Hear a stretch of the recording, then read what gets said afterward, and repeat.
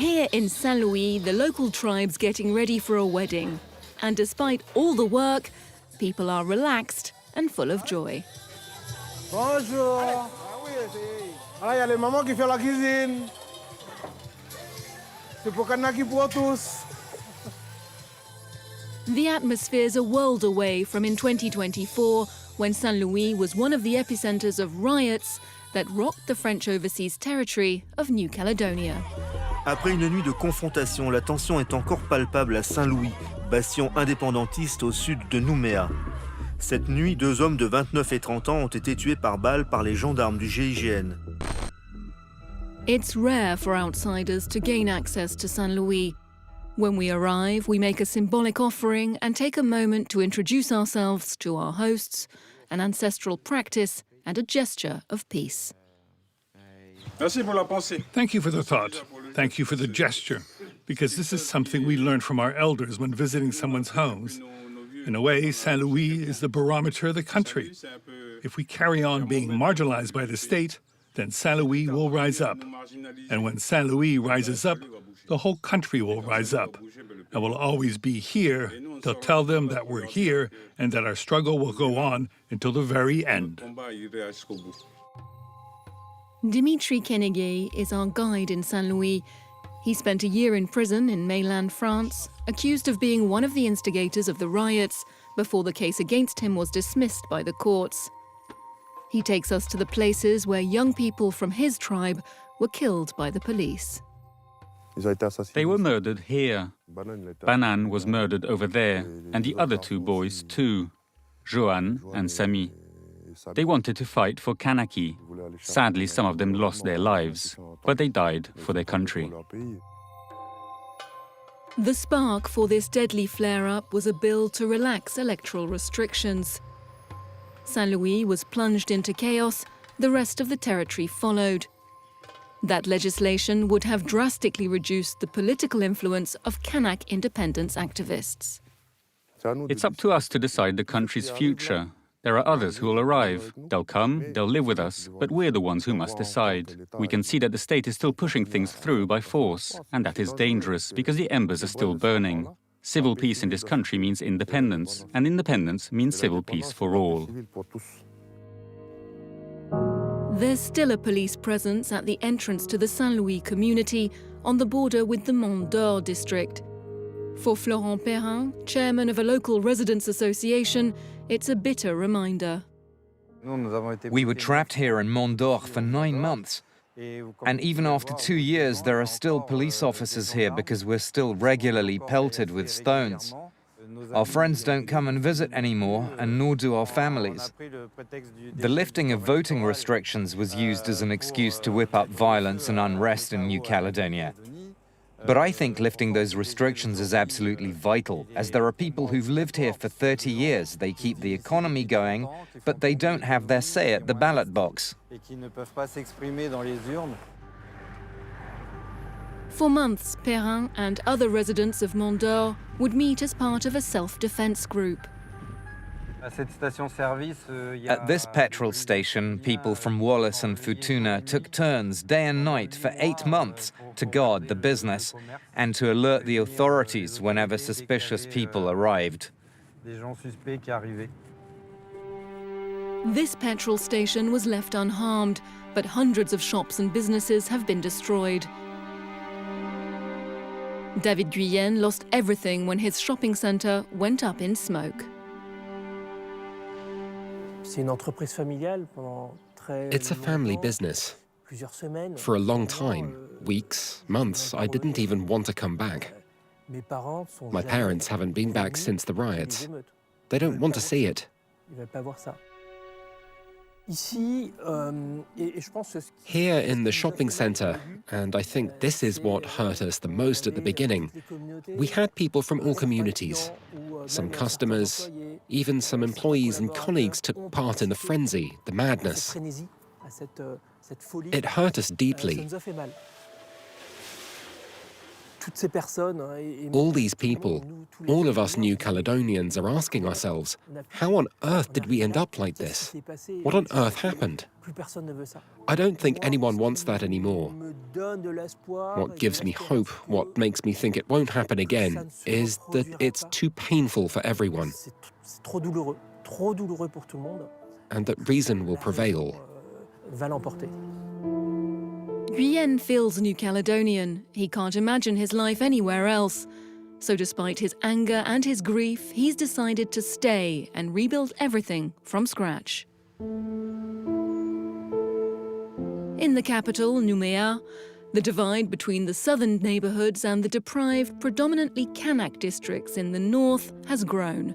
Here in Tindu, poverty and unemployment have risen sharply. Elodie lives in a shantytown nicknamed Kosovo with her 3 children. They don't have running water nor electricity. This makeshift structure is their home. She dreams of a different future for her children. I hope they do well at school so they can get a good job. I hope they don't struggle like we do at the end of the month. It's a struggle to put food on the table. Thank goodness we've got the field. I hope they'll be resourceful enough to work the field later on.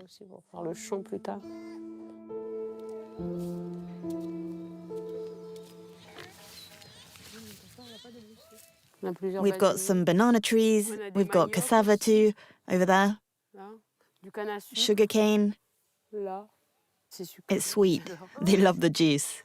It's juicy. We're like a tribe here. In this neighborhood, we help each other out a lot. In other neighborhoods, it's not like it is here with our neighbors. This is our chosen family.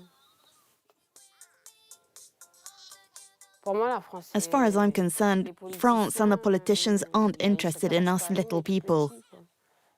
They need us for our votes, and then once we voted for them, they just forget about us.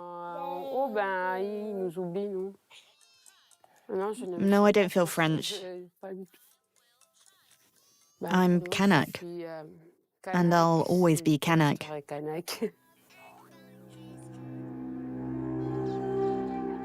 2 hours from Nouméa, deep in the bush, this large estate stretches across hundreds of hectares. Ghislain Saint-Acros is the descendant of a Corsican convict who arrived here at the end of the 19th century. I'm attached to this land. I go to France from time to time, but that's my heritage, not my home. This is France. New Caledonia is France, and I'd like it to remain part of it. The tensions of 2024 have reignited painful memories. In the 1980s, New Caledonia was in a state of near civil war, with deadly clashes between independence activists and loyalists. The Saint-Acros family were eventually driven out of the town of Thiou. Les docks ont brûlé, la maison a brûlé, l'abattoir a brûlé. Tout ce qui nous restait à se faire, c'est à sauver nos vies. C'était dur. I burned down my parents' house. I burned down my own house, and my brother's too, so that they wouldn't have anything. I was a bit mad, really mad, mad with rage. The people you've lived with, grown up with, who've eaten at our table, and to end up shooting at each other? Allez, Julie, saute. Allez, viens, allez voir les vaches. Ghislain Saint-Acros rebuilt everything in the nearby village of Mont-Dore. Now in his 70s, he's still full of energy and ideas. As he sees it, the current situation is even more volatile than in the 1980s. The gulf between loyalists and separatists is widening, and that's a serious matter. At the last scuffle in Saint-Louis, there were 2,500 gendarmes. What did they do? A couple of the police officers were killed. They didn't fight back, or hardly at all. That's a disgrace for France. France, a nuclear power being pushed about by 3 Kanaks. People don't trust them anymore. I've still got friends among them. It's very serious. We used to all hug each other, now we're a bit reticent. Ghislain Saint-Acros believes that without France, New Caledonia will collapse. Who's going to be able to sort this out later? If the Chinese take over tomorrow, it'll be even worse. It would be better if the Australians came instead. How are those 3 Kanaks going to fight off the Chinese when they arrive? That's what scares me. The agreement signed between independence campaigners and loyalists in the 1980s hoped to allow the people of New Caledonia to forge a shared future. That has not yet come to pass. But people in Bourail are still trying to keep the dream alive. When we visited, the town's mayor was meeting with the Kanak chief of the district for a cultural event, preceded by a brief traditional ceremony.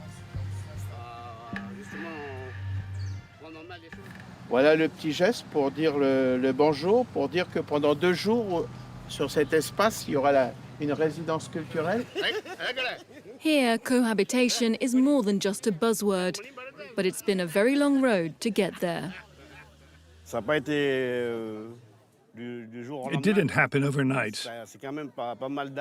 It's taken quite a few years to raise awareness gradually and change mindset so that we could come together and be ready to build things with everyone here. But first and foremost, we need everyone to recognize us as a central pillar of this country.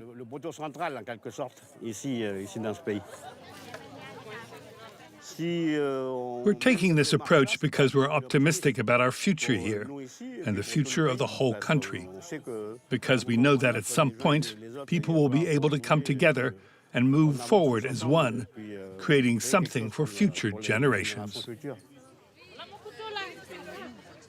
Moi, j'espère que les Calédoniens vont ouvrir les yeux. I hope that the New Caledonians will open their eyes and realize at some point that we're on the wrong path, that this path will not lead to true peace. If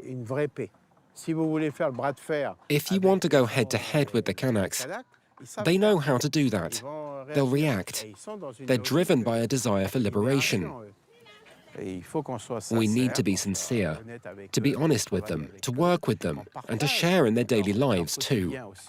Otherwise, we're not brothers. We're not walking hand in hand. We need to be ourselves, to exist in our own right. We are a French territory, but that doesn't prevent us from being Caledonian nationalists, from believing in our country, and from wanting to develop our country as an independent nation.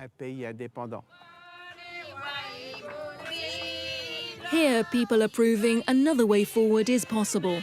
The idea is gaining ground across the country, although it's struggling to get political traction. In this overseas territory, writing a new chapter in New Caledonia's history remains a huge challenge.